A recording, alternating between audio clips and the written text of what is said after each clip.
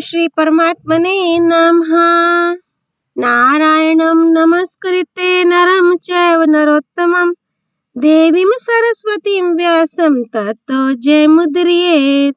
Shrimad Bhagavad Gita sadhaka Sanjeevani second chapter.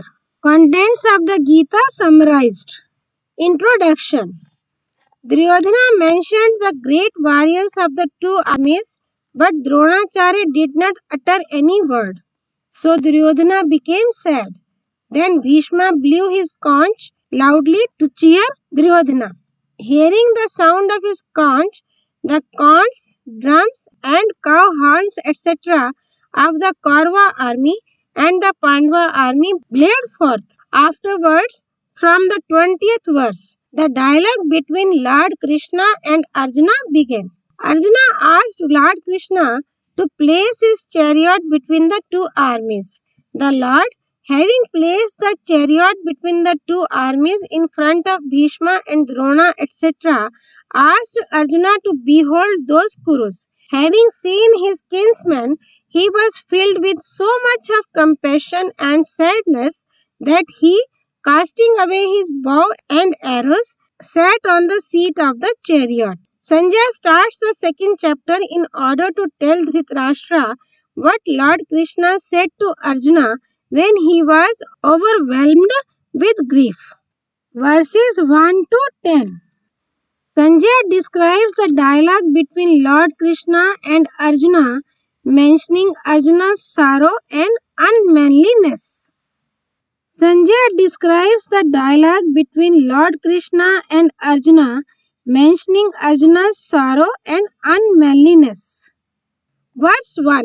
Sanjaya uvacha tam tatha kripya vishtam ashru purna kulekshanam vishidantam edam vakyam uvacha Madhusudana. Sanjaya said, Madhusudana addressed the following words to Arjuna, who was overwhelmed with compassion and drowned in distress, and whose eyes were clouded with tears of despondence.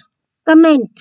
Sanjaya, by using the word Madhusudana, means to say that Lord Krishna is the killer of demon Madhu. That is, he is the destroyer of the people having villainous nature, and so he will certainly destroy wicked-natured Duryodhana and his group. The next two verses contain what Lord Krishna told Arjuna. Verse 2. Sri Bhagavan uvacha kutastva kashmalam edam vishme samupasthitam anarya justam asvargyam akirti karam Arjuna. The blessed Lord said, Arjuna, how has this infatuation overtaken you at this odd hour? It is shunned by noble souls, neither will it bring heaven nor fame to you. Comment. Lord Krishna, being surprised, asks Arjuna why he has developed faint-heartedness instead of valor and zeal at this juncture. A man is surprised in two ways, out of his own ignorance and as a warning to others. Lord Krishna's surprise here is a warning to Arjuna, so that he may be aware of his duty. Kutaha means that this vice of faint-heartedness is not permanent in him. It is only a temporary phase which will slip away. Here, the Lord, by giving these three expressions, Anarya Justam, Asvargyam and Akirti Karam, in sequence has explained that there are three types of persons. 1. Thoughtful, whose aim is to attain benediction. 2. Virtuous, who by doing virtuous actions want to attain heaven. 3. Ordinary, who want name and fame in the world. So by giving the above mentioned three expressions, Lord Krishna wants to warn Arjuna that the infatuation will bring him neither benediction nor heaven nor fame, but will degrade and defame him and lead him to hells. In the verse that follows, Lord Krishna points out what to do when a person is in the grip of cowardice. Verse 3. क्लैब्यम्मा समागमः Partha नेतत्तवेयु उपपद्यते क्षुद्रम हृदय दौर्बल्यम त्यक्त्वा उत्तिष्ठा परन्तपा. O Partha, yield not to unmanliness. It does not befit you. Cast off this petty faint-heartedness and wake up, O vanquisher of foes. Comment. It is because of faint-heartedness that Arjuna perceives it righteous not to wage the war and unrighteous to wage the war.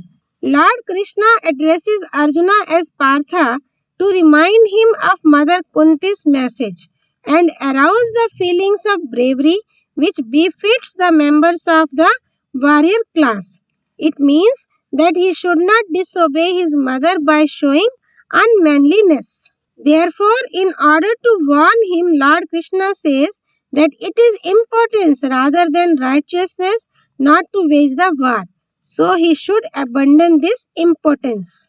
You are thinking that being virtuous, you don't want to commit a sin by waging the war, but it is your faint-heartedness. So, by abandoning it, you should discharge your duty by erring yourself to wage the war. Lord Krishna knows for certain that it is Arjuna's first and foremost duty to wage the war. So he, without caring for Arjuna's lame excuses, orders him quickly to wage the war with full preparations. In the first chapter, Arjuna gave several arguments against the war, but without attaching importance to his arguments, Lord Krishna unexpectedly scolded Arjuna for the vice of his faint-heartedness and ordered him to array himself to wage the war. So Arjuna, without getting any satisfactory reply to his arguments, got excited and immediately spoke. Verse 4. Arjuna uvacha katham bhishmam aham sankhye dronam cha madhusudana ishu bhiha pratyotsami uja arhav arisudana. Arjuna said, O slayer of Madhu, O slayer of foes, how shall I fight Bhishma and Drona with arrows on the battlefield? Both of them are worthy of worship. Comment. I am not turning away from the war because of faint-heartedness, but because it is unrighteous for me to fight with the revered grandsire Bhishma and venerable teacher Drona. I would be called unmanly if I were afraid of death. I am not afraid of death, but I don't want to kill my venerable elders who have always been very affectionate to me. Grandfather Bhishma has loved me since my childhood. When I addressed him as father, he very affectionately used to say that he was my father's father. Similarly, my adorable preceptor Drona has been so kind to me that he imparted to me better training than he imparted even to his son.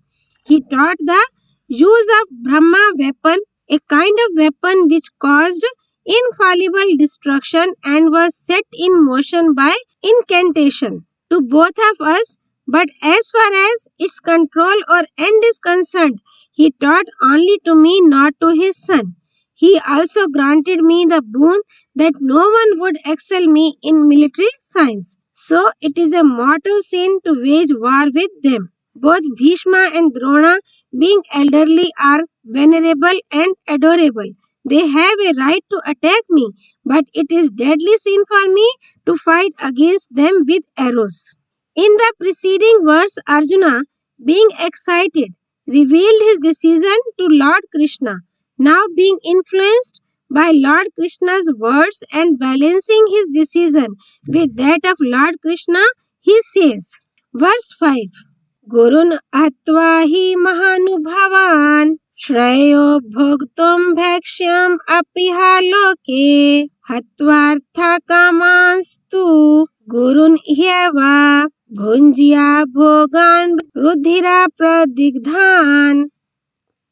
It is better to live on alms in this world than to slay these noble elders, because after killing them We shall enjoy only blood-stained pleasures in the form of wealth and sense enjoyments. An exceptional fact. Arjuna perceives nothing but evil in waging the war.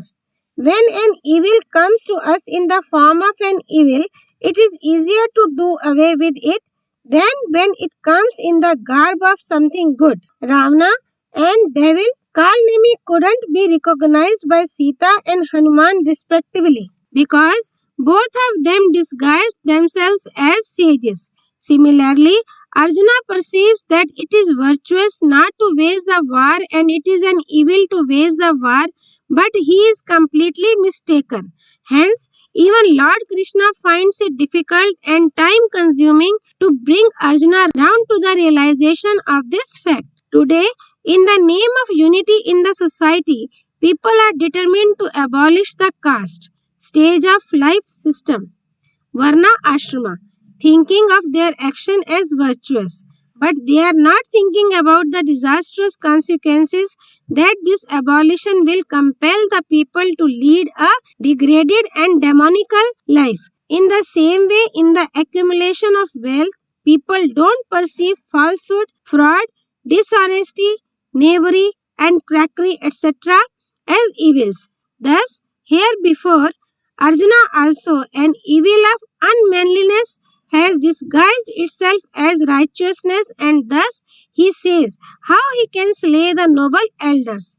It means that whatever Arjuna considers a virtue is in fact an evil, but it does not appear to him to be an evil, as this evil of the abandonment of his duty has crept in the guise of the virtue of non-violence because of his attachment to his relatives.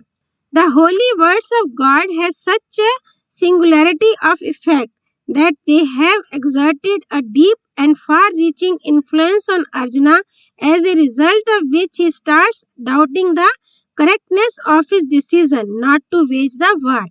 In such a state of mind, Arjuna says, verse 6, Na chetad vidmaha katra no garyo yadva jayama yadiva no jayauha yan eva hatvana jijivishamaste avastitaha pramukhe dhartrashtraha.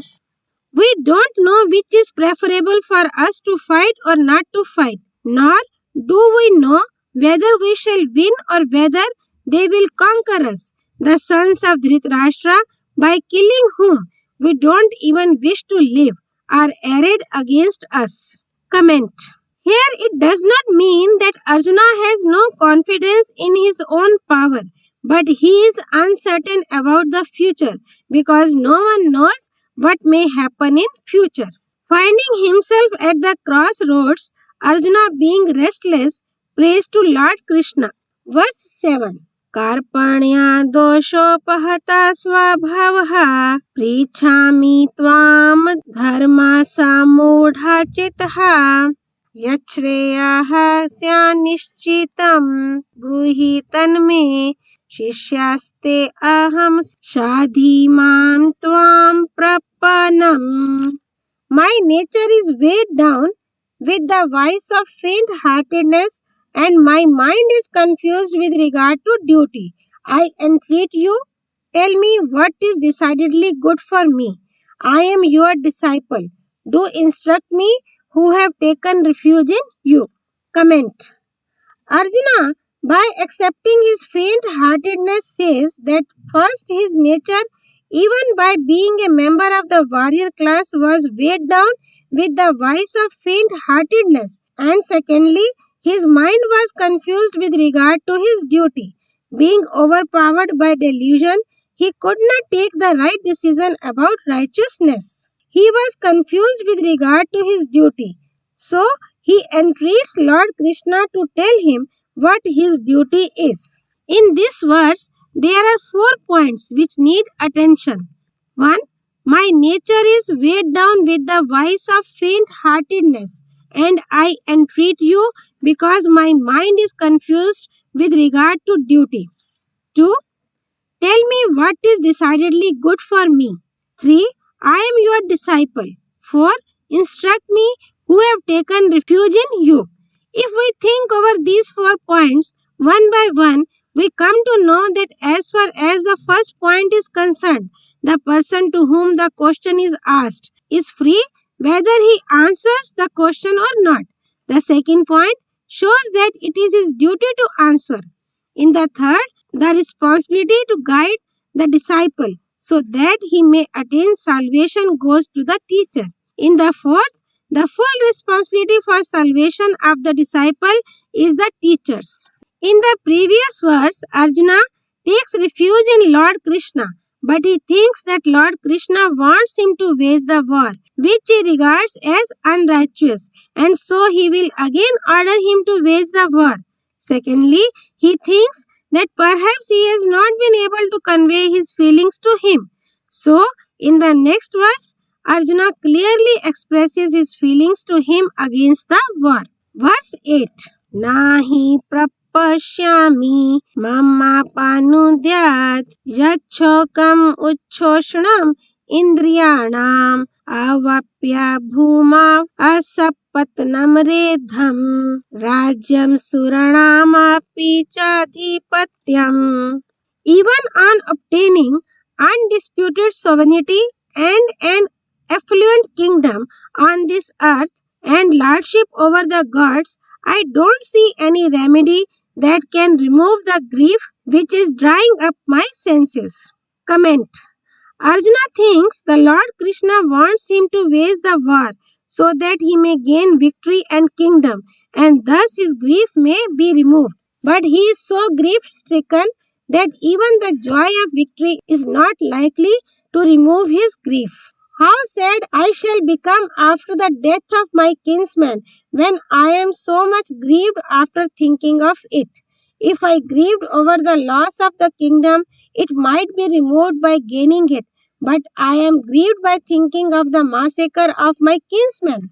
If I gain the kingdom, it will rather enhance my grief, because who will enjoy the kingdom after the death of the kinsman? Therefore, undisputed sovereignty and an affluent kingdom on this earth and lordship over the gods can't remove the grief that is parching my senses. What Arjuna did after saying that even the possession of material objects would not relieve him of his grief is contained in the verse that follows. Verse 9.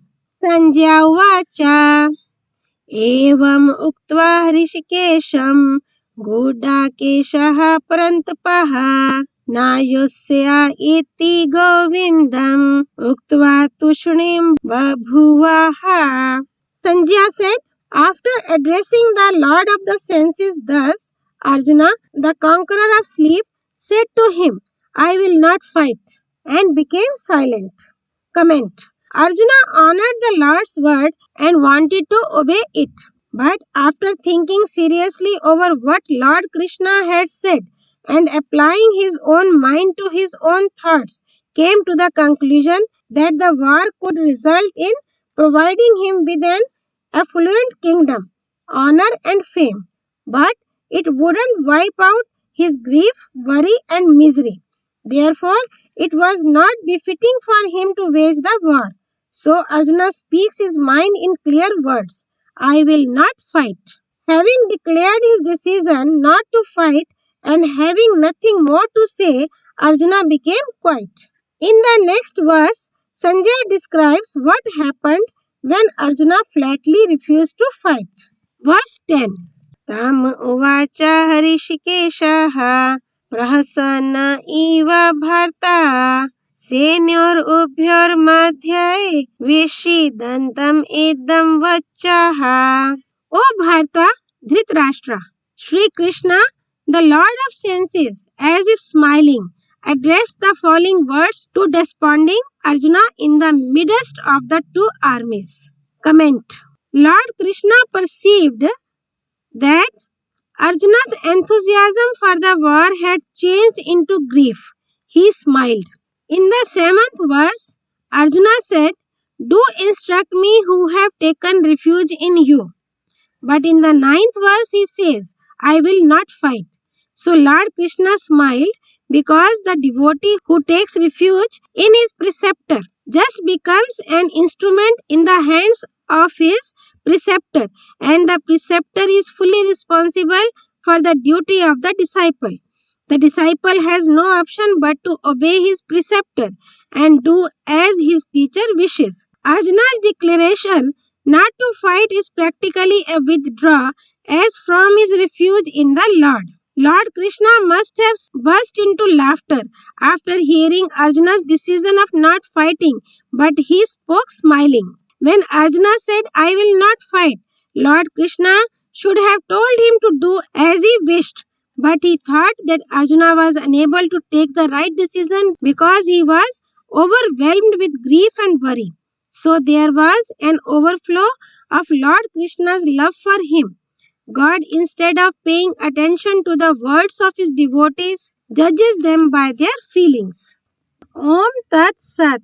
All glories to Sri Partha Sarthi, Lord